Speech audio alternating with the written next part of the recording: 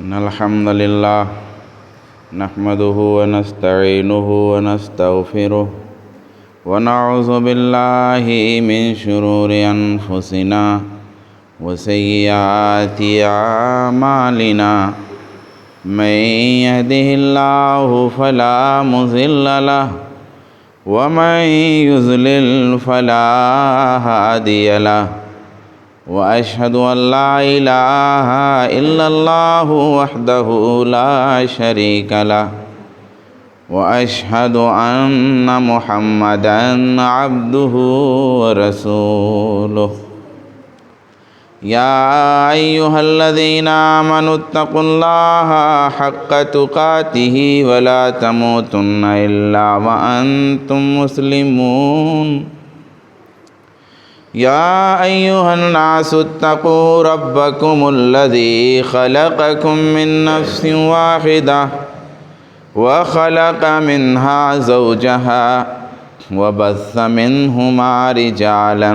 كثيرا ونساء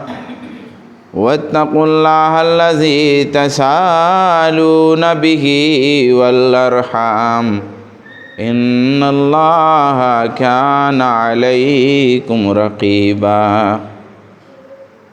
يا أيها الذين آمنوا اتقوا الله وقولوا قولا سديدا يصلح لكم أعمالكم ويغفر لكم ذنوبكم ومن يطع الله ورسوله فقد فاز فوزا عظيما أما بعد فإن خير الحديث كتاب الله وخير الهدي هدي محمد صلى الله عليه وآله وسلم وشر الأمور محدثاتها وكل محدثة بدعة وكل بدعة ضلالة وكل ضلالة في النار فقد قال الله تبارك وتعالى في كلامه المجيد والفرقان الحميد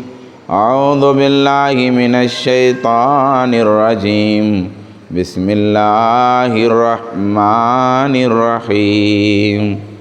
قد أفلح من زكاها. حاضرین جمعہ، آج کے خطبہ جمعہ کا عنوان ہے سماج کی اصلاح اور اس کی تعمیر و ترقی میں مردوں کے ساتھ عورتوں کا کردار. رسول گرامی صلی اللہ علیہ وآلہ وسلم جو کتاب مقدس اللہ کی طرف سے لے کے آئے اور جس کا پیغام اللہ کے رسول صلی اللہ علیہ وسلم نے ہم لوگوں کو سنایا، اس کے مخاطب جس طرح سے مردوں کی جماعت رہی اسی طریقے سے عورتوں کی جماعت بھی رہی، اور جس طریقے سے اس پیغام کو آگے بڑھانے کے لیے مردوں نے اپنی خدمات پیش کیں، اسی طریقے سے عورتوں نے بھی اپنی محنت پیش کی. مردوں کے کام کا جو دائرہ تھا اس حساب سے اپنی خدمتیں مردوں نے پیش کیں، اور عورتوں کے کام کا جو دائرہ تھا اس حساب سے اپنی خدمات عورتوں نے پیش کیں. اور پھر اس پورے منظرنامے کو جب آپ دیکھیں گے تو یہ بات سمجھ میں آئے گی کہ تنہا مرد سماج میں اصلاح کی کوئی تبدیلی لا نہیں سکتے. سماج کو بدلنے میں اور بنانے میں وہ اگر چاہیں کہ صرف مردوں کا سماج کچھ کر سکے تو ایسا ممکن نہیں ہے. اس لیے آپ دیکھیں گے کہ اللہ کے رسول صلی اللہ علیہ وسلم کے زمانے میں اور پھر آپ کے بعد کے زمانوں میں خواتین نے اندر ہی رہ کر کے اپنے دائروں میں رہ کر کے ہی کس طریقے سے اسلام کی ترقی، اس کی نشر و اشاعت اور اس پر عمل کا نمونہ چھوڑا ہے۔ آئیے اس بات کو ہم تھوڑی سی وضاحت کے ساتھ سمجھتے ہیں۔ رسول گرامی صلی اللہ علیہ وآلہ وسلم پر جیسے ہی نور نبوت کا نزول ہوتا ہے، جیسے ہی آسمان سے نور کی کرنیں رسول گرامی صلی اللہ علیہ وآلہ وسلم کے سینے اقدس پہ نازل ہوتی ہیں، اور نور اللہ تبارک و تعالیٰ کے نور کا بوجھ، کلام الہی کا بوجھ، قرآن مقدس کی روشنی کا بوجھ جب آپ کے سینے پہ اترتا ہے تو رسول گرامی صلی اللہ علیہ وآلہ وسلم اس بوجھ سے ہل جاتے ہیں، جس کے بارے میں اللہ تبارک و تعالیٰ نے فرمایا لو انزلنا هذا القرآن على جبل لرأيته خاشعا متصدعا من خشیۃ اللہ۔ اللہ کے رسول صلی اللہ علیہ وآلہ وسلم نبوت سے پہلے طریق ابراہیمی پر اللہ تبارک و تعالیٰ کی مخصوص طرح کی ہدایت پر عبادت کر کے اپنے سینے کو کلام الہی کے لیے اللہ کی مشیت اور اس کے منشا کے مطابق تیار کرتے رہے۔ 6 مہینے تک رسول گرامی صلی اللہ علیہ وآلہ وسلم خوابوں کے ذریعہ اپنے سینے کو کلام الہی کے لیے تیار کرتے رہے۔ 40 سال تک رسول گرامی صلی اللہ علیہ وآلہ وسلم اپنے کیریکٹر، اپنے اخلاق، اپنے کردار اور اپنے اعمال کے ذریعہ اپنے سینے کو کلام الہی کے لیے تیار کرتے رہے، لیکن اس کے باوجود نور نبوت کا بوجھ اتنا ثقیل تھا، اور کلام الہی کی جو روشنی تھی اس روشنی میں ثقل اور بوجھ اور پاور کا انفجار اتنا تیز تھا کہ رسول گرامی صلی اللہ علیہ وآلہ وسلم کا ان 5 آیتوں سے سینہ ہل گیا۔ اور جب اماں خدیجہ رضی اللہ تعالیٰ عنہ کے پاس آتے ہیں تو فرماتے ہیں لقد خشیت علی نفسی، مجھے اپنی جان کا اندیشہ محسوس ہو رہا ہے۔ اس طرح کا بوجھ تھا آپ کے سینے پر جو پہلی دفعہ کلام الہی کی روشنی سے ٹکرانے پر محسوس ہوا تھا۔ اس وقت کائنات کی سب سے پہلے مومنہ، اس دین پر سب سے پہلی مردوں اور عورتوں میں ایمان لانے والی خاتون ہے، ان کا نام ہے سیدہ خدیجہ۔ سیدہ خدیجہ رضی اللہ تعالیٰ عنہا علی الاطلاق مردوں میں بھی، عورتوں میں بھی، بچوں میں بھی، اس کائنات میں رسول گرامی صلی اللہ علیہ وآلہ وسلم پر خود رسول اللہ صلی اللہ علیہ وآلہ وسلم کے بعد ایمان لانے والی ایک خاتون ہے۔ اور جب رسول گرامی صلی اللہ علیہ وآلہ وسلم کا بدن کلام الہی کے نور سے اور اس نور کے بوجھ سے لرزتا ہے تو یہی اماں خدیجہ آپ کو تسلی دیتی ہیں کلا ابشر فواللہ لا یخزیک اللہ ابدا انک لتصل الرحم وتحمل الکل وتقری الضیف وتعین علی نوائب الحق۔ اللہ کے رسول آپ خوش رہیں، آپ خوش ہو جائیں، اللہ کی قسم اللہ آپ کو رسوا نہیں کرے گا۔ انک لتصل الرحم، آپ رشتہ داروں کے ساتھ صلہ رحمی کرتے ہیں، وتحمل الکل، ناداروں کا بوجھ اٹھاتے ہیں، وتقری الضیف، مہمانوں کی مہمان نوازی کرتے ہیں، وتعین علی نوائب الحق، حق کے کاموں میں آپ مدد کرتے ہیں لوگوں کی۔ آپ کا ایک کیریکٹر، آپ کا ایک کردار اس بات کی گواہی دیتا ہے کہ آپ کو اللہ تبارک و تعالیٰ ضائع نہیں فرمائے گا۔ آپ غور کیجئے، اسلامی معاشرہ شروع ہو رہا ہے، اس کی ابتدا ہو رہی ہے، اس ابتدا کی ایک پہلی اینٹ رکھنے والی خاتون ہیں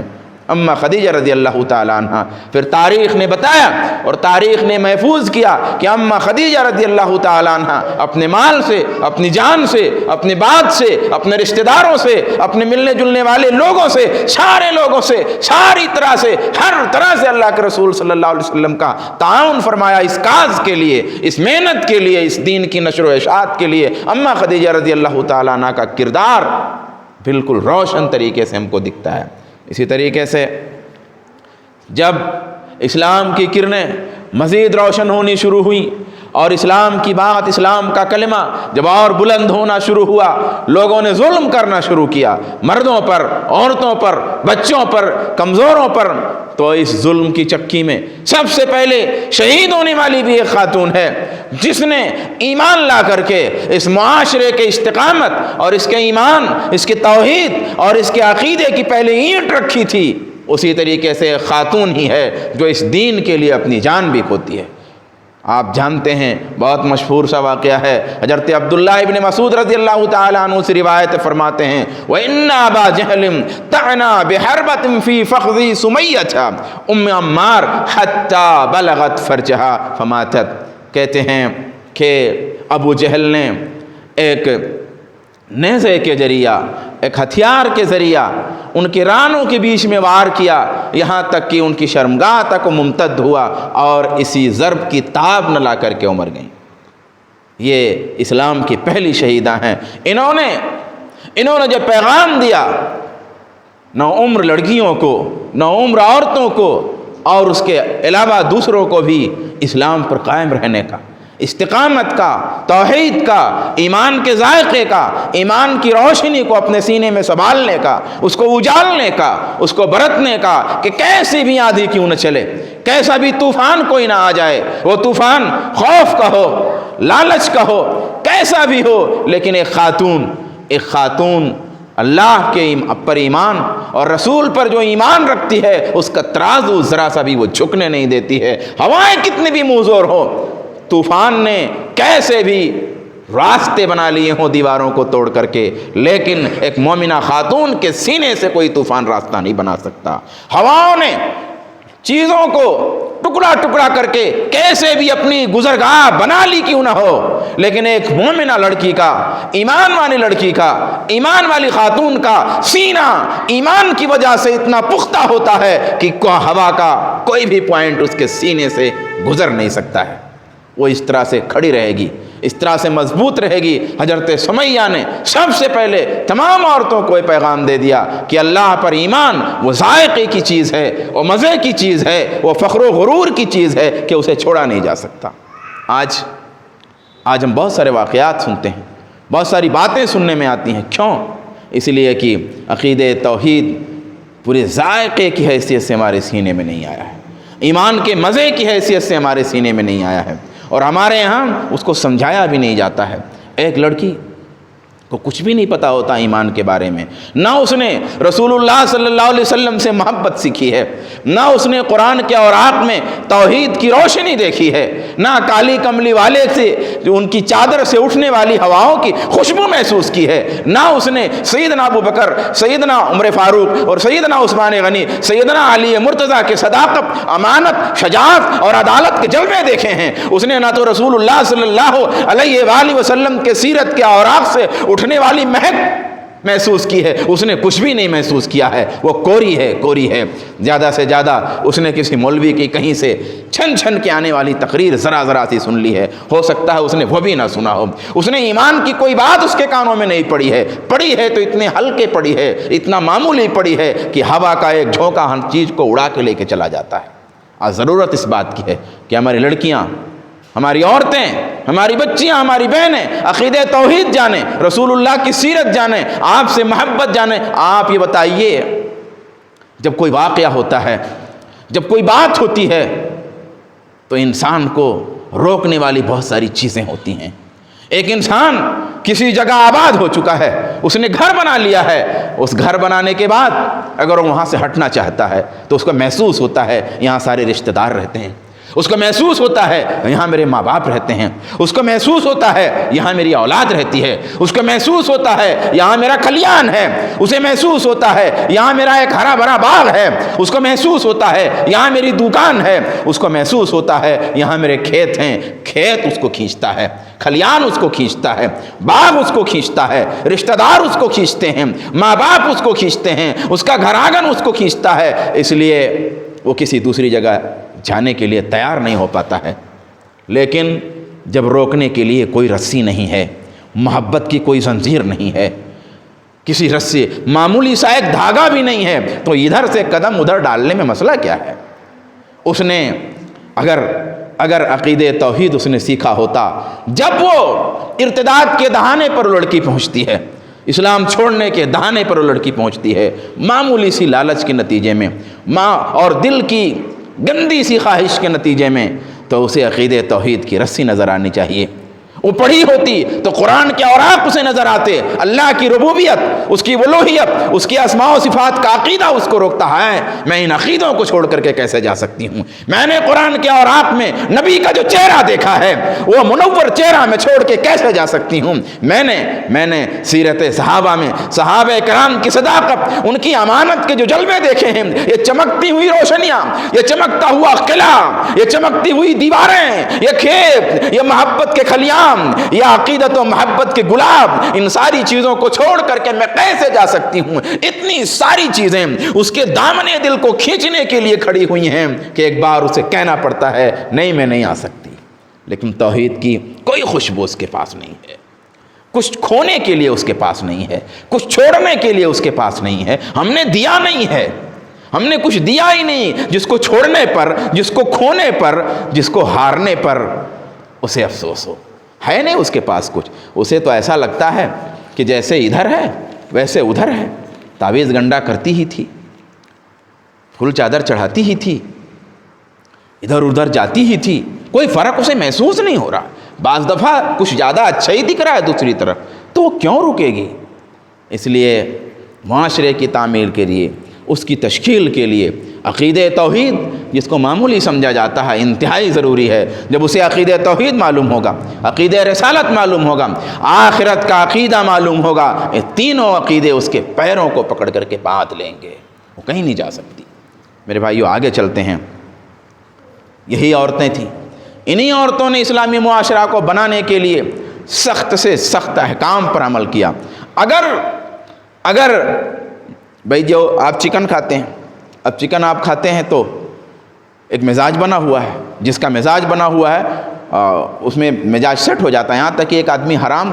کھاتا پیتا تو اس کا مزاج اس میں سیٹ ہو جاتا ہے۔ ایک چیز جائز ہوتی ہے لیکن آپ نے نہیں کھایا تو مزاج سیٹ نہیں ہوتا ہے۔ بہت سارے لوگ کبوتر نہیں کھاتے کیونکہ ان کا مزاج نہیں، حالانکہ جائز ہے، جانتے ہیں جائز، ان کو پسند نہیں، مزاج نہیں سیٹ ہے۔ گدھے کا گوشت پک رہا ہے، ہانڈیوں میں ابل رہا ہے، محاذ پہ ہیں، محنت کیا ہوا ہے، بھوک لگی ہے، کھانا ابھی اترنے والا ہے، ابھی کھانا ہے۔ ہر انسان کی ایک کیفیت ہوتی ہے، بھوک لگتی ہے، بادشاہ وقت ہو، وقت کا وزیر ہو، حکمراں ہو، غریب مزدور آدمی ہو، پیٹ میں کوئی فرق نہیں ہے کسی کے، سب کو بھوک لگتی ہے، سب کو کھانے کی ضرورت ہوتی ہے، سب کو اس کی لالچ ہوتی ہے۔ کھانا پک رہا ہے، گوشت پک رہا ہے، گدھے کا تیار ہونے کے قریب ہے، ابھی اترے گا کہ ابھی کھائیں گے۔ اللہ کے رسول صلی اللہ علیہ وسلم کا منادی اعلان کرتا ہے کہ اللہ اور اس کے رسول آج سے گھریلو گدھوں کے گوشت کو حرام کرتے ہیں۔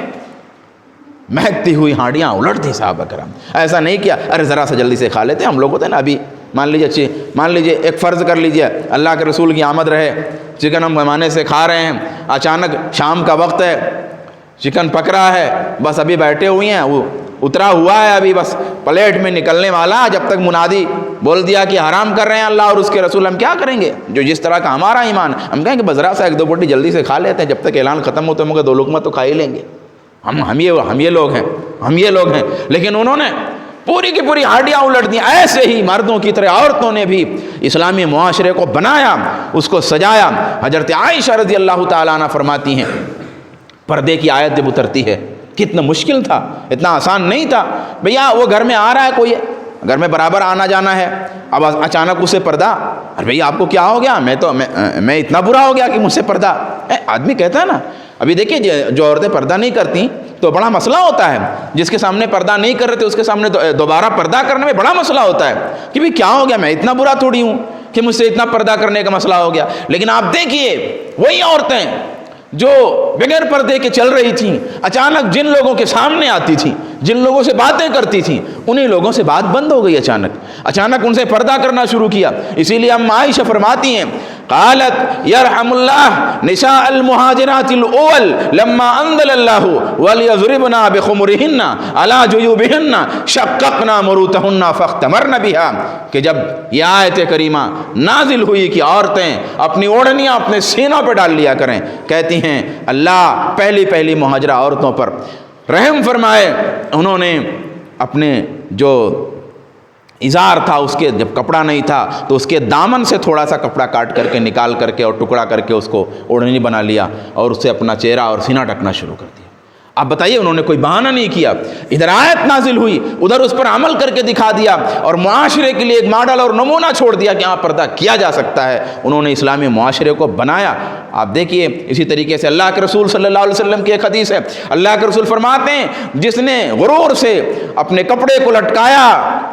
اللہ تبارک و تعالیٰ قیامت کے دن اس پہ نظر رحمت سے دیکھے گا نہیں۔ ام سلمہ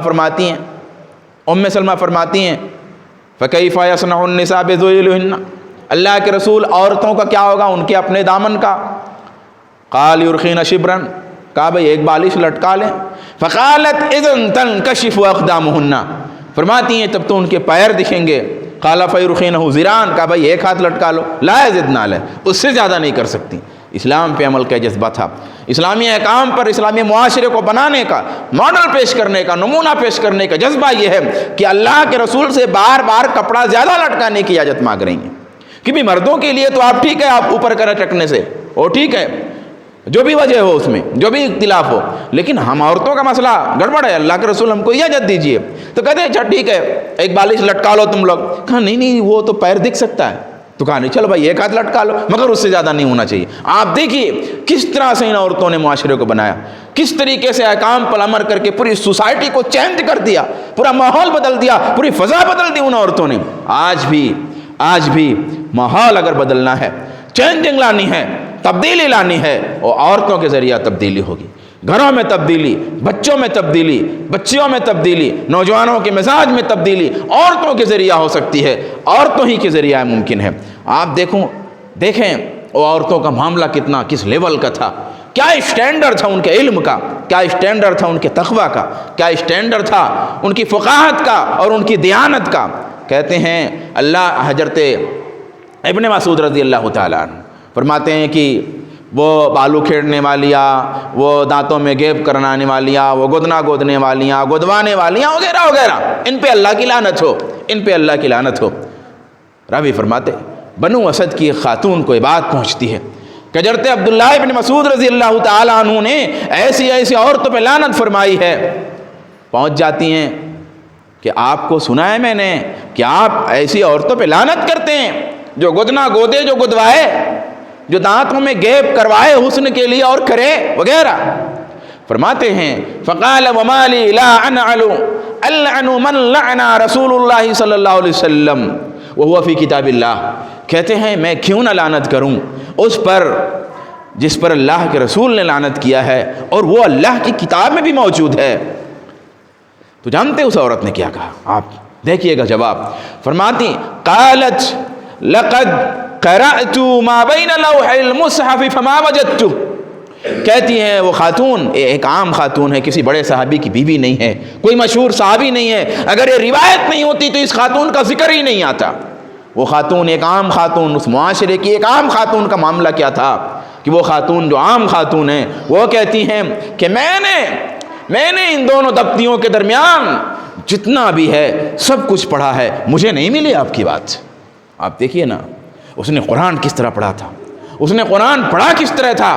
کتنی دقت سے پڑھا تھا، کتنی بار پڑھا تھا، کتنی سمجھ اور تدبر کے ساتھ پڑھا تھا۔ عبداللہ بن مسعود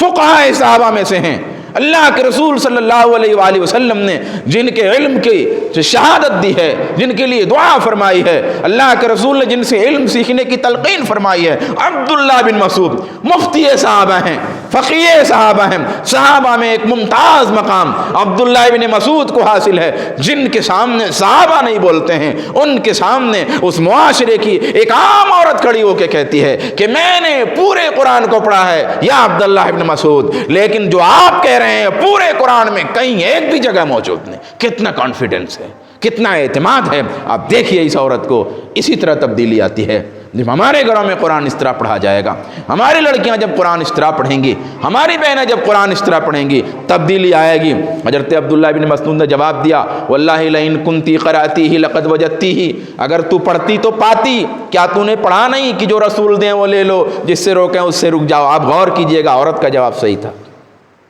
عورت کا جواب صحیح تھا۔ جواب اس لیے صحیح تھا کہ ان لفظوں میں واقعی قرآن میں وہ بات موجود نہیں ہے، لیکن حضرت عبداللہ بن مسعود کے کہنے کا کیا مطلب تھا کہ قرآن میں یہ ہے کہ جو رسول دیں وہ لے لو، اور جس سے رسول روکیں اس سے رک جاؤ۔ تو اب حدیث میں ہے تو گویا قرآن میں ہے، مطلب نکال کر کے، مطلب نکالنے کے بعد قرآن میں ہے وہ بات، ورنہ ایگزیکٹ قرآن میں وہ بات نہیں ہے۔ خاتون کی بات صحیح تھی، میں یہاں اس روایت پہ بات نہیں کرنا چاہتا، میں صرف یہ کہنا چاہتا ہوں ایک عام خاتون کو کتنا کانفیڈنس تھا قرآن پر، قرآن پڑھنے پر، قرآن کو سمجھنے پہ کتنا اعتماد تھا۔ تو اس طرح سے بہت ساری باتیں ہیں۔ حضرت اماں عائشہ رضی اللہ تعالیٰ عنہ کا ایک حوالہ دے کر کے میں بات ختم کرتا ہوں انشاءاللہ۔ فرماتے ہیں حضرت ابو موسیٰ اشعری رضی اللہ تعالیٰ عنہ، ما اشکل علینا اصحاب رسول اللہ او اصحاب رسول اللہ صلی اللہ علیہ وسلم قط فسألنا عائشۃ الا وجدنا عندها علما۔ فرماتے ہیں ابو موسیٰ اشعری کہ ہمیں کوئی بھی مسئلہ پھنستا تھا، کوئی بھی چیز سمجھ میں نہیں آتی تھی ہم صحابہ پر، تو ہم اماں عائشہ سے پوچھتے تھے، کوئی نہ کوئی معلومات ان کے پاس ضرور ملتی تھی۔ آپ جانتے ہیں یہ اماں عائشہ رضی اللہ تعالیٰ عنہ رسول اللہ صلی اللہ علیہ وسلم کی بیوی ہیں، انہوں نے کس طرح سے قرآن کا علم حاصل کیا ہے، کس طرح سے حدیث کا، اور قرآن اور حدیث نہیں، شعر میں بھی بہت زیادہ علم رکھتی تھی، طب کی بھی ضروری معلومات رکھتی تھی، ادب کا معلومات رکھتی تھیں، انصاب اور تاریخ میں اچھی معلومات رکھتی تھیں یہ اماں عائشہ رضی اللہ تعالیٰ عنہ۔ اور یہی نہیں، اماں عائشہ رضی اللہ تعالیٰ عنہ کا ایک کردار جو چھپا ہوا ہے اسے بھی میں ذرا کھولنا چاہتا ہوں۔ اماں عائشہ رضی اللہ تعالیٰ عنہ نبی صلی اللہ علیہ وسلم کی سب سے کم عمر بیوی ہیں، سب سے کم عمر بیوی ہیں، کنواری بیوی ہیں، اور سب سے ذہین بیوی ہیں۔ یہ تین صفات بہت مبرام طریقے سے اماں عائشہ رضی اللہ تعالیٰ عنہ کے اندر موجود ہیں، کنواری ہونا، سب سے کم عمر ہونا، اور سب سے ذہین ہونا، اور ایک چوتھی صفت اللہ کے رسول سے سب سے زیادہ محبت کرنے والی ہونا۔ اللہ کے رسول سے موجود بیویوں میں سب سے زیادہ محبت کرنے والی حضرت اماں عائشہ، کنواری، سب سے کم عمر، سب سے زیادہ ذہین۔ اب آپ دیکھیے اماں عائشہ سے پہلے حضرت سودا تھیں، باقی ساری شادیاں جتنی اللہ کے رسول نے کی نا وہ اماں عائشہ کے آنے کے بعد کی۔ اماں عائشہ کے آنے کے بعد اللہ کے رسول نے اکثر شادیاں کی۔ اماں عائشہ کی موجودگی میں ایک کم عمر خاتون، ذہین ترین خاتون، سمجھدار خاتون، رسول اللہ سے حد درجہ محبت کرنے والی خاتون کی موجودگی میں اللہ کے رسول ساری شادیاں کر رہے ہیں۔ کیا اماں عائشہ رکاوٹ بنی؟ ساری غیرت کے باوجود آپ کی غیرت کا عالم یہ تھا کہ آپ کے کھانے کے لیے، رسول اللہ کے کھانے کے لیے، رسول اللہ کے کھانے کے لیے کوئی خاتون آپ کے گھر میں ہدیہ بیچتی ہے، غصے سے مار دیتی ہے، برتن گر جاتا ہے، ٹوٹ جاتا ہے، برتن جرمانے میں اللہ کے رسول دلواتے ہیں۔ دوسرا، آپ یہ بات دیکھیے کتنی غیرت ہے اللہ کے رسول صلی اللہ علیہ وسلم کے ساتھ، کیسی محبت ہے اللہ کے رسول صلی اللہ علیہ وسلم کے ساتھ، لیکن شریعت پہ اسی درجہ عمل دیکھیے۔ آپ کی موجودگی میں بیویاں آ رہی ہیں، آپ کی موجودگی میں آخری عمر کے 5-6 سالوں میں اللہ کے رسول نے ساری شادیاں کی، لیکن آپ کی موجودگی میں ساری شادیاں ہو رہی ہیں۔ غیرت سخت ہے، محبت زیادہ ہے، علم زیادہ ہے، ذہانت زیادہ ہے، عمر سب سے کم ہے، بچپنا بھی ایک طرح سے کہہ لیجیے ہے۔ ان ساری باتوں کے باوجود اللہ کے رسول کی شادیوں میں ایک بھی رکاوٹ نہیں بنتی اماں عائشہ۔ انہوں نے کردار پیش کیا معاشرے کے لیے، نمونہ پیش کیا، ماڈل پیش کیا پوری سوسائٹی کی تبدیلی میں۔ اس حوالے سے اماں عائشہ رضی اللہ تعالیٰ عنہ کا جو کردار ہے اس کردار کو آپ بھلا نہیں سکتے میرے بھائی۔ تو میں کہتا ہوں بات ختم کرتے ہوئے کہ مردوں کا کوئی بھی عمل لیجئے اس کے پیچھے عورتیں موجود ہیں۔ تاریخ یہ بات جانتی ہے کہ ابوبکر صدیق رضی اللہ تعالیٰ عنہ ایک بار اپنے گھر کا سارا سامان اٹھا کے لے آئے تھے۔ اللہ کے رسول نے پوچھا صدیق گھر کے لیے بھی کچھ چھوڑا ہے کہ سب اٹھا لائے ہو؟ صدیق اکبر نے کہا اللہ کے رسول گھر میں اللہ و رسول کا نام چھوڑ کے آیا ہوں، یہ سب کو معلوم ہے، یہ سب کو معلوم ہے۔ عمر فاروق اعظم رضی اللہ تعالیٰ عنہ کا سامان دیکھ کے رسول گرامی نے پوچھا تھا کہ عمر تمہارا بھی تو ایسے ہی لگتا ہے، کچھ چھوڑا ہے گھر میں کہ سب لے آئے ہو؟ کہا نہیں اللہ کے رسول آدھا گھر میں چھوڑا، آدھا لے کے آیا ہوں۔ میں آپ کو بتاؤں تاریخ کو یہ بات تو یاد ہے، لیکن تاریخ میں یہ بات چھپی ہوئی ہے کہ ان کے گھر کی عورتوں نے، ان کی بیٹیوں نے سارا سامان اٹھا کے باپ کو لانے دیا، ان کی بیوی نے سارا سامان اٹھا کے لا کے شوہر کو لانے دیا، تب یہ کردار بنانا ابو بکر کا۔ شکوہ نہیں کیا، گھر کا سارا سامان اٹھا کے لانے کا مطلب جانتے ہیں، مطلب وہاں بارٹر سسٹم تھا۔ بارٹر سسٹم کیا ہوتا ہے؟ سامان کے بدلے سامان۔ میں نے چاول دیا اس کے بدلے میں 2 کلو گیہوں، 2 کلو گیہوں دیا اس کے بدلے میں 1 کلو چاول۔ تو بارٹر سسٹم میں سارا سامان اٹھا لائے، گھر میں کچھ نہیں ہے، پلیٹ نہیں ہے، بستر نہیں ہے،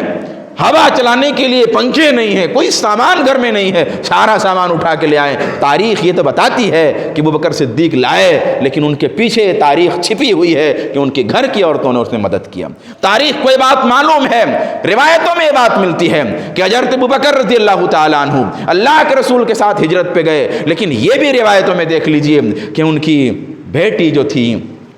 حضرت اسماء، وہ گھر میں ہیں، ابو جہل اپنے چند گنڈوں کے ساتھ آتا ہے، پوچھتا ہے این ابو کی یا بنت ابی بکر، تمہارا باپ کہاں ہے ابو بکر کی بیٹی؟ تو کہتی ہے لا ادری، مجھے نہیں پتا۔ ایک تھپڑ ان کے چہرے پر رسید کرتا ہے، وہ تھپڑ بھی تاریخ میں موجود ہے، ان کے کان کی بالیاں گر جاتی ہیں اسی ہجرت کے راز کو چھپانے کے لیے، اور پھر یہاں سے اس پرخطر عالم میں کھانا بنا بنا کے بھیجتی رہیں۔ تو میرے بھائیوں اور میرے بزرگوں، یہ تمام باتیں جو میں نے ذکر کی ہیں، ان سے کیا پتہ چلتا ہے؟ باتیں بہت سی ہیں، ان سے پتہ کیا چلتا ہے؟ ان سے پتہ یہ چلتا ہے کہ معاشرے کو تبدیل کرنے میں، معاشرے کو بدلنے میں، سوسائٹی کو چینج کرنے میں، اس میں اصلاح کی ایک لہر لانے میں، جب تک عورتوں کا مضبوط کردار نہیں ہوگا تب تک کوئی چینج نہیں ہو سکتا، کوئی تبدیلی نہیں ہو سکتی۔ ہم لوگ مسجد میں جتنا چاہیں درس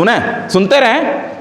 جتنا درس ہوتا رہے، مسجدوں میں ہم درس سنتے رہیں، مولانا صاحب درس دیتے رہیں، لیکن جب تک گھر میں تبدیلی نہیں آئے گی آپ کچھ بھی سماج میں تبدیلی نہیں لا سکتے۔ اسی لیے سب سے پہلی ضرورت اس بات کی ہے اور اس کو اچھی طرح محسوس کرنے کی ہے، اور صرف یہ عورتوں کے لیے نہیں تو مردوں کے لیے بھی ہے نا، کیونکہ ہر مرد کے پاس بہن ہے، ہر مرد کے پاس بیٹی ہے۔ تو مرد چلو بیوی پر نہیں اتنا معاملہ ہے، چلو بیٹی تو ہے، بیٹی کو بناؤ گے بیٹی بیوی بنے گی، بہن بھی کسی کی بیوی بنے گی، اس کو تبدیل کرو، اس کو لاؤ دینی ماحول میں، دینی معاشرے میں، دینی بات میں، اس کو چینج کرو۔ وہ چینج ہوگی تو ہزاروں کو چینج کرے گی، وہ بدلے گی تو لاکھوں کو بدلے گی۔ اس لیے معاشرے میں عورتوں کو دین سمجھنا، دین جاننا، دین کا جذبہ ہونا، ان کے اندر تبدیلی کا لانا بہت ضروری ہے۔ اگر وہ تبدیل نہیں ہوں گی تو آپ کوئی بھی چینجنگ نہیں لا سکتے۔ اللہ تبارک و تعالیٰ سے دعا ہے کہ اللہ تبارک و تعالیٰ مجھ کو، آپ کو، سب کو توفیق عطا فرمائے۔